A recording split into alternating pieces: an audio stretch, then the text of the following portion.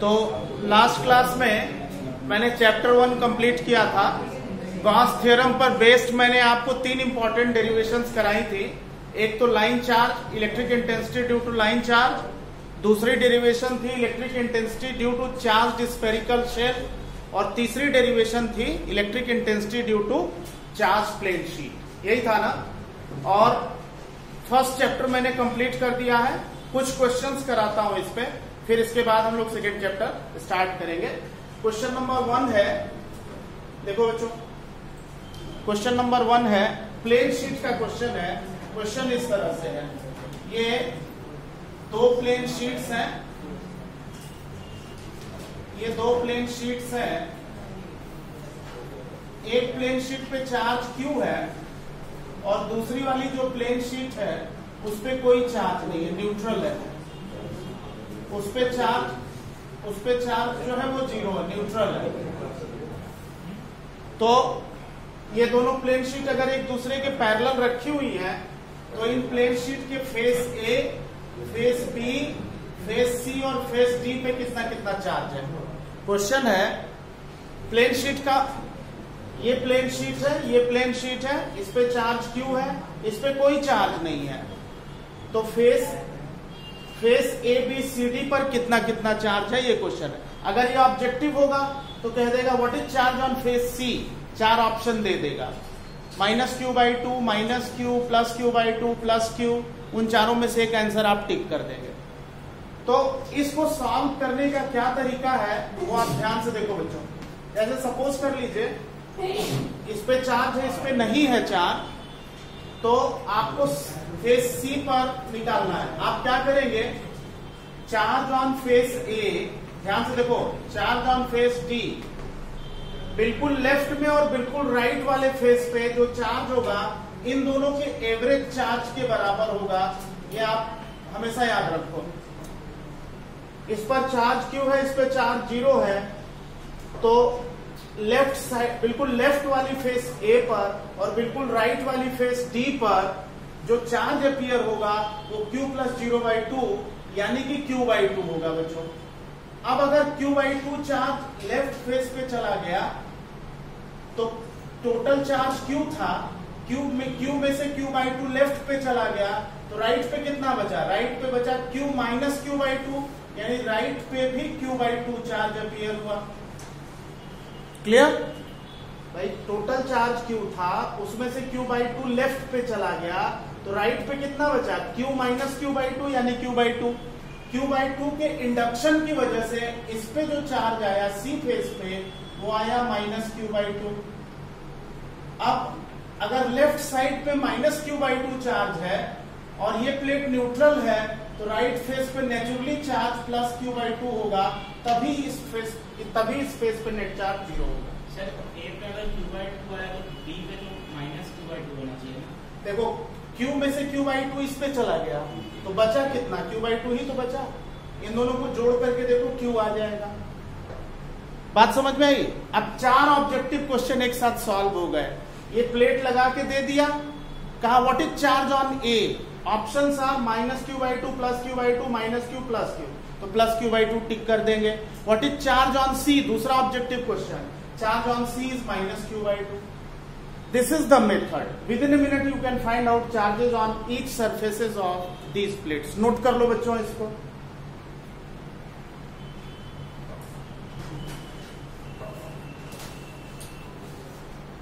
Clear? इस पे charge Q है, इस पे कोई चार्ज नहीं है, दोनों को पैरेलल रख दिया तो इसके लेफ्ट सरफेस पे कितना आएगा, राइट फेस पे कितना आएगा, इसके लेफ्ट फेस पे कितना आएगा, राइट फेस पे कितना आएगा। सिस्टम के लेफ्ट मोस्ट और राइट मोस्ट पे जो चार्ज आएगा इन दोनों का एवरेज ले लिया, इसमें से Q/2 माइनस करेंगे, Q/2 आ जाएगा। इस तरह से ये चार्जेस डिस्ट्रीब्यूट होंगे। क्लियर है बच्चों, इज दिस क्लियर? इस पे चार्ज 2Q रख दिया, अब ABCD पर कितना कितना चार्ज है बताइए। दूसरी वाली प्लेट पे चार्ज 2Q है, ABCD पे कितना कितना चार्ज है, फाइंड आउट। इस पर Q चार्ज है, इस पे 2Q चार्ज है, दोनों को पैरेलल रख दिया। A फेस पे, B फेस पे, C फेस पे, D फेस पे कितना कितना चार्ज है। सर ए और डी से 3q/2। देखो बच्चों, ए पर और डी पर q प्लस 2q/2 यानी 3q/2। ए पर हो गया 3q/2, डी पर हो गया 3q/2। q में से 3q/2 लेफ्ट फेस पे चला गया, तो राइट फेस पे कितना हुआ? नेचुरली चार्ज ऑन बी ये होगा q माइनस 3q/2 यानी माइनस q/2। बी फेस पे चार्ज हो गया माइनस q/2, और इसके इंडक्शन की वजह से इस पे कितना होगा? इसके इंडक्शन की वजह से इस पे होगा प्लस q/2, और 2q में से प्लस q/2 माइनस कर दो बच्चों। अगर आपको d पे निकालना है, ये तो b पे था, d पे निकालना है तो 2q में से q/2 माइनस कर दो। डी पे की सी पे तो q/2 आ ही गया, डी पे निकालना है, तो डी पे निकालना है तो टोटल चार्ज में से इतना माइनस कर दो। देखो कितना आ रहा है 3q/2, इतना इस पे 3q/2, इस पे प्लस q/2, इस पे माइनस q/2, इस पे 3q/2। इस तरह से चार्ज जो है डिस्ट्रीब्यूट होगा। अगर ये जेईई और नीट का ऑब्जेक्टिव होगा तो एक विद इन ए मिनट आप इसका आंसर बता सकते हैं। इस तरह से बात समझ में आ गई बच्चों? भाई इस पर चार्ज क्यों था, इस पे 2q था। मान लीजिए ऑब्जेक्टिव क्वेश्चन है कि फेस बी पे कितना चार्ज है, 4 ऑप्शंस आर गिवन। तो आप सबसे पहले ए और डी पे निकालिए, इन दोनों का एवरेज लीजिए, हाफ करिए, ए और डी पे आ गया। टोटल चार्ज क्यू था, उसमें से 3q/2 लेफ्ट पे गया, तो राइट पे कितना गया? q माइनस 3q/2 यानी माइनस q/2 राइट पे गया। इसके इंडक्शन की वजह से इस पे प्लस q/2 है, इस पे प्लस q/2 है, 2q में से प्लस q/2 माइनस करो तो राइट फेस 3q/2 आ गया। कोई दिक्कत इसमें? Is this clear? नोट कर लो। अब अगर मैं आपको 3 प्लेट्स का कोई क्वेश्चन देता हूं, there are 3 plates parallel to each other. 3 plates हैं। देखो बेटा, if there are 3 plates like this which are parallel to each other, जो कि एक दूसरे के पैरेलल है। एक प्लेट ये है, ये प्लेन शीट है, दूसरी प्लेन शीट है, और ये तीसरी प्लेन शीट है। A B C D E F. इस पे चार्ज है 2q, इस पे चार्ज है 0, इस पे चार्ज है q। Charge on A, charge on B, charge on C, charge on D, charge on E, charge on F कितना है? ए और एफ पे 3q/2। ए पर कितना चार्ज है? ये 3 प्लेटें एक दूसरे के पैरेलल है, 2q 0 और q चार्ज अगर इन पे है तो लेफ्ट फेस लेफ्ट मोस्ट पे कितना चार्ज है? लेफ्ट मोस्ट पे है 2q प्लस 0 प्लस q/2 यानी कितना? 3q/2।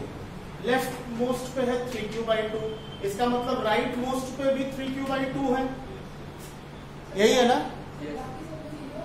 ठीक है बच्चों, देख लेते हैं। अब 2q में से 3q/2 माइनस करो बच्चों। 2q में से 3q/2 लेफ्ट पे गया तो राइट पे कितना बचा? q/2। भाई 2q में से 3q/2 माइनस करिए ना, 2q माइनस 3q/2 कितना आएगा? q/2। इसके इंडक्शन की वजह से कितना जाएगा?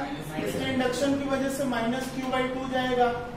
0 मेंटेन करना है तो 0 करने का मतलब इस पे 0 यहाँ पे हो जाएगा प्लस q/2, और इसके इंडक्शन की वजह से कितना जाएगा? Minus q/2। और माइनस q/2 में से q में से माइनस q/2 माइनस करिए। ई पर अगर लिखना है तो q में से माइनस q/2 माइनस करिए तो कितना आ जाएगा बच्चों? 3q/2। सर एफ पे ना, ई पे तो निकाली है डी के कारण। इस पे हो गया, ये एफ पे हो गया। ई पे तो माइनस q/2 है, ये एफ पे है। ई पे कितना है? ई पे है माइनस q/2। इस तरह से ये सारे चार्जेस विद इन मिनट निकाल लिए जाएंगे।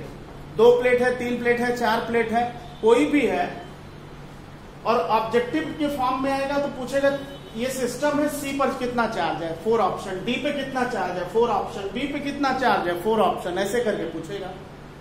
ये प्लेन शीट के क्वेश्चन इस तरह से बनते हैं। Is this clear? पक्का? एक बताओ जरा, नोट कर लिया ना इसको? एक बताओ बच्चों, जैसे मान लीजिए हमने यहां पे 3 प्लेन शीट जो ली, एक पे चार्ज हमने 2q लिया, एक पे चार्ज हमने q लिया, दूसरे पे -2q और तीसरे पे +2q। ईच फेस पे चार्ज कितना है? A B C D E और F पे चार्ज कितना है? Every face of this plane sheet पे चार्ज कितना है? सर सर B पे भी q/2, C पे -2। A पर कितना चार्ज है?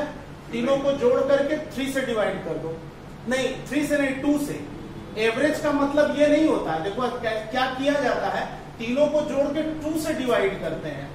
Q plus -2q plus 2q divided by 2। चाहे जितने चार्ज हो डिवाइडेड बाई 2 किया जाएगा। अगर 4 प्लेटें हैं तो Q1 plus Q2 plus Q3 plus Q4 divided by 2। 3 प्लेटें हैं तो Q1 plus Q2 plus Q3 divided by 2। यही किया था ना हम लोगों ने, Q plus 2Q by 2 3Q। कितना आया ये? QA कितना आया? q/2। ये तो कैंसिल हो गया, ये Q/2 आया। लेफ्ट फेस पे Q/2 तो बिल्कुल राइट फेस पे भी Q/2। Q में से Q/2 लेफ्ट पे गया तो B पे कितना आया? Q/2। Q/2 की वजह से इंडक्शन हुआ तो -Q/2। -2Q में से -Q/2 माइनस कर दो, -2Q माइनस Q/2 कितना आया बच्चों? -3Q/2 D पे आया। इसके इंडक्शन की वजह से 3Q/2 E पे आया। अब 2Q में से 3Q/2 माइनस करो, Q/2 राइट पे आएगा। Is this clear? इन तीनों को ऐड करके 2 से डिवाइड किया तो A फेस पे और F फेस पे चार्ज आ गया। इस पे Q/2 है, Q में से Q/2 लेफ्ट पे गया तो राइट पे कितना गया? Q माइनस Q/2 यानी Q/2। Q/2 का इंडक्शन हुआ -Q/2, -2Q में से -Q/2 माइनस किया, ये कर दिया तो -3Q/2 राइट फेस पे आया। इसका इंडक्शन हुआ 3Q/2, 2Q में से 3Q/2 लेफ्ट पे आया तो राइट पे कितना आया? 2Q माइनस 3Q/2 यानी Q/2। यही करेंगे ना? इस तरह से चार्ज जो है प्लेन शीट के ऊपर जो है हम निकाल लेते हैं। तो इस तरह का कोई भी क्वेश्चन आएगा सॉल्व कर सकते हैं, कोई दिक्कत नहीं है। ये तो प्लेन शीट का है। कल मैंने एक हॉलो स्फेरिकल शेल का कॉन्सेप्ट डिराइव कराया था। एक क्वेश्चन लिखिए, हॉलो स्फेरिकल शेल का डेरिवेशन कराया था, उस पर एक क्वेश्चन लिखिए। देखो बेटा, plot the graph for electric intensity, plot the graph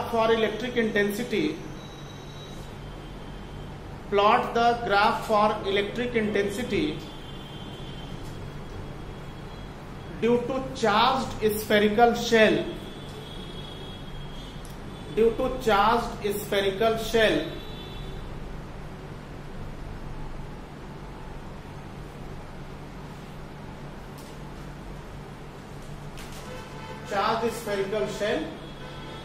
है ना, चार्ज स्फेरिकल शेल। तो आप देखो बेटा, कल मैंने आपको बताया था ये स्फेरिकल शेल है, इसका चार्ज क्यों है? रेडियस कैपिटल R है। अगर पॉइंट बाहर है, पहले वाले केस में R greater than R external point, क्या फॉर्मूला डिराइव कराया था? 1/4 pi epsilon naught Q by small r square, यही कराया था ना। Intensity inversely proportional to intensity Q by 4 pi epsilon naught R square, ये फार्मूला डिराइव कराया था मैंने एक्सटर्नल पे। सरफेस पॉइंट पे क्या कराया था? Is equal to Q by 4 pi epsilon naught capital R square. और इंटरनल पे क्या कराया था? गॉस लॉ से। इंटरनल से हमने इलेक्ट्रिक फील्ड 0 बताया था, गॉस लॉ अप्लाई करके डिराइव किया था। अब इसी का ग्राफिकल रिप्रेजेंटेशन 4 ग्राफ बना देगा, उसमें कौन सा ग्राफ सही है हॉलो स्फेरिकल शेल के लिए, ये आपको बताना है। ध्यान से देखो बच्चों, अगर ये चार्ज स्फीयर है तो इसके अंदर इलेक्ट्रिक फील्ड 0 है, तो इसका मतलब इस पॉइंट से इस पॉइंट तक कोई फील्ड नहीं है और बाहर इनवर्सली प्रोपोर्शनल टू आर है, तो रेक्टेंगुलर हाइपरबोला बनेगा। इसका मतलब ग्राफ जो बनेगा सरफेस तक कोई फील्ड नहीं होगी और बाहर फील्ड का वेरिएशन ऐसे होगा। 4 ऑप्शन में से इस वाले ऑप्शन को टिक कर देंगे और आंसर आ जाएगा। हॉलो स्फेरिकल शेल की इलेक्ट्रिक इंटेंसिटी का ग्राफ इस तरह से प्लॉट होगा। स्फीयर के सरफेस तक कोई फील्ड प्रेजेंट नहीं होगी और बाहर inversely proportional to R square है, जो कि रेक्टेंगुलर हाइपरबोला है। और रेक्टेंगुलर हाइपरबोला ऐसे बनता है, आपको मालूम है। तो ये इलेक्ट्रिक इंटेंसिटी का ग्राफ है हॉलो स्फेरिकल शेल के लिए। सरफेस पे सबसे ज्यादा होगी, इनफाइनाइट होती है। सरफेस पे इलेक्ट्रिक फील्ड की वैल्यू इनफाइनाइट होती है, क्योंकि सरफेस पे जो पॉइंट लाई करता है उसकी डिस्टेंस 0 होती है और डिस्टेंस 0 होते ही इंटेंसिटी क्या हो जाएगी, इनफाइनाइट हो जाएगी। किसी भी चार्ज स्फेरिकल शेल के सरफेस पे इलेक्ट्रिक इंटेंसिटी की वैल्यू इनफाइनाइट होती है। क्यों?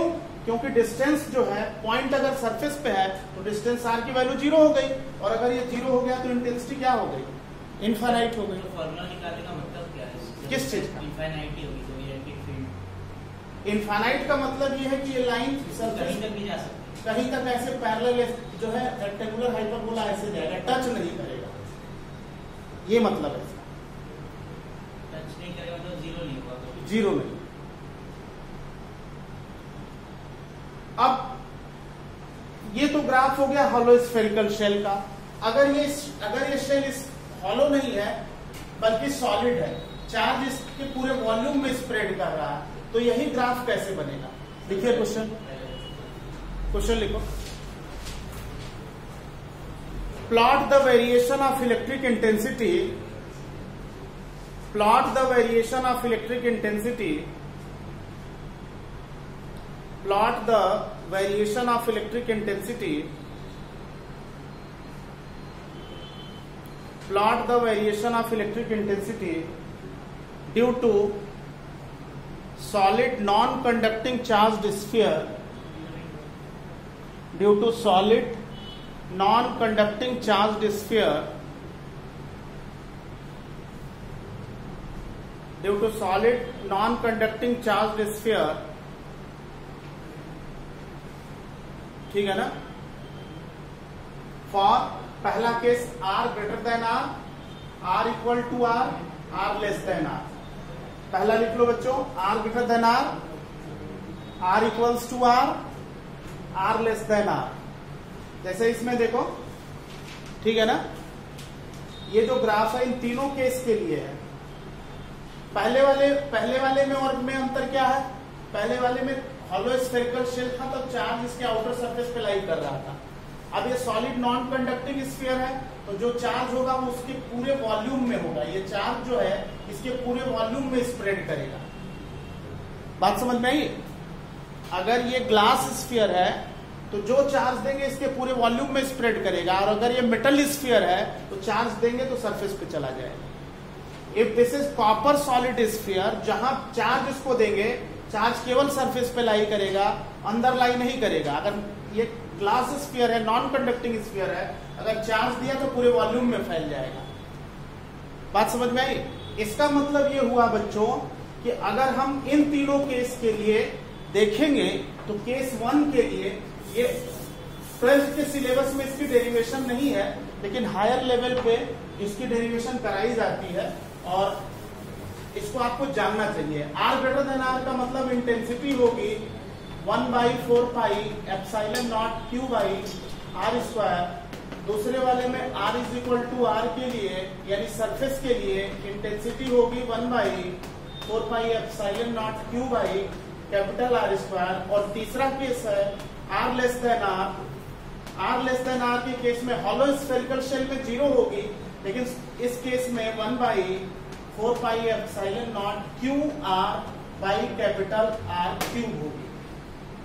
अगर ये सॉलिड स्फीयर है तो इलेक्ट्रिक इंटेंसिटी इंटरनल पॉइंट पे 1/4 pi epsilon not Q R upon capital R cube होगी, जहां पे कि स्मॉल r क्या है, अंदर वाले पॉइंट की डिस्टेंस है, और कैपिटल R क्या है, सॉलिड स्फीयर का रेडियस है।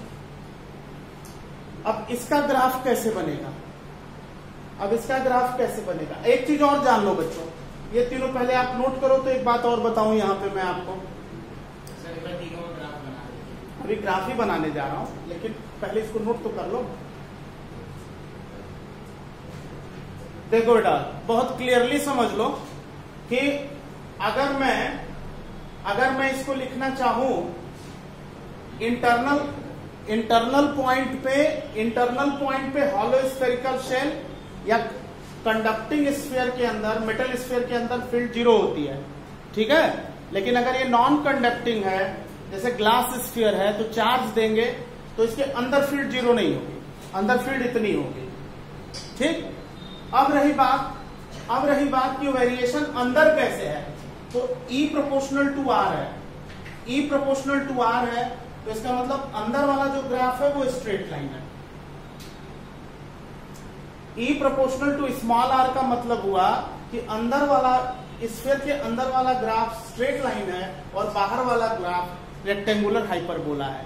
ये ग्राफ है सॉलिड स्फीयर का, सॉलिड नॉन कंडक्टिंग स्फीयर का। भाई R लेस देन R में electric intensity directly proportional to small r, इसका मतलब स्ट्रेट लाइन है। स्ट्रेट भाई अगर E प्रोपोर्शनल टू R है तो इसका मतलब क्या है? स्ट्रेट लाइन है। y is equal to mx, y proportional to x। Straight line जो है अंदर स्ट्रेट लाइन ऐसे होगा और बाहर इलेक्ट्रिक फील्ड रेक्टेंगुलर हाइपरबोला बनाएगी ऐसे, इस तरह से।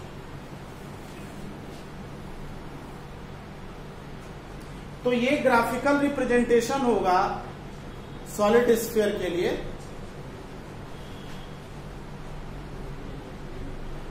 अच्छा, एक बात और देख लो बच्चों, एक बात क्या मैं आपको बताना चाहता हूं वो आप ध्यान से देखो, इसको मैं थोड़ा सा और एक्सपेंड करना चाहता हूं।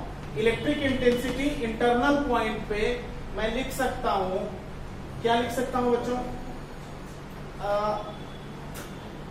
इसको मैं लिख सकता हूं, देखिए 3QR डिवाइडेड बाई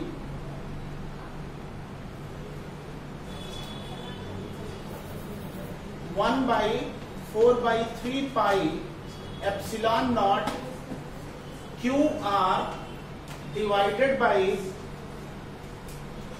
3R3। ऐसा लिख सकते हैं क्या?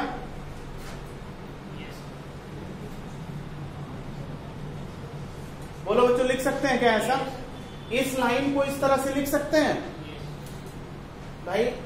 यहां 4/3 हुआ तो 3 ऊपर मल्टीप्लाई कर दिया, लिख सकते हैं। और 4/3 पाई आर क्यूब क्या है? 4/3 पाई आर क्यूब क्या है? सॉलिड स्फीयर का वॉल्यूम है। 4/3 पाई आर क्यूब क्या है? सॉलिड